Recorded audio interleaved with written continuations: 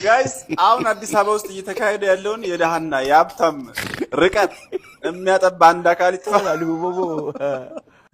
ወንድማችን የደረሰበትን የሞራል ግሽበት በቪዲዮ ተከታትለን እንመለስና ኮሜንት እናነባለን። የትም እንዳት አሁን አራት ጓደኛሞች ምናምን ከሆነ ሆቴል ዋና ዋኝተው ወደ ቤታቸው እያደረስኳቸው ገና ትንሽ ልጆች ናቸው። ኳስ አንድ ያክፍል ምናምን ናቸው። ሊሴ ነው የሚማሩት እና አንደኛው ጓደኛቸው 70 ፕሮ ማክስ ጠፋ።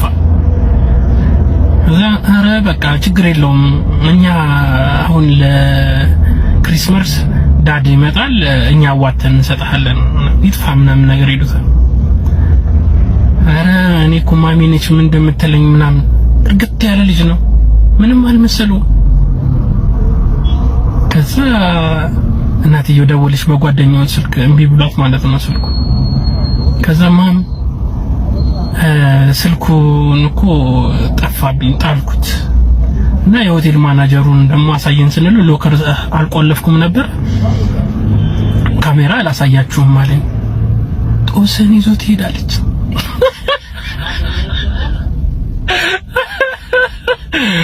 ጦስን ይዞት ሄድ ቤቢ አንተ ብቻ ደህና ሆንልኝ።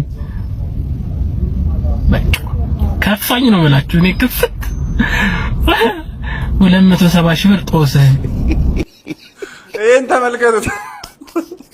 ከዩኒፎርም ሸሚዝ ላይ ሁለት ቁልፍ ተበጥሶብኝ እስካጋሳ ተገርፍ።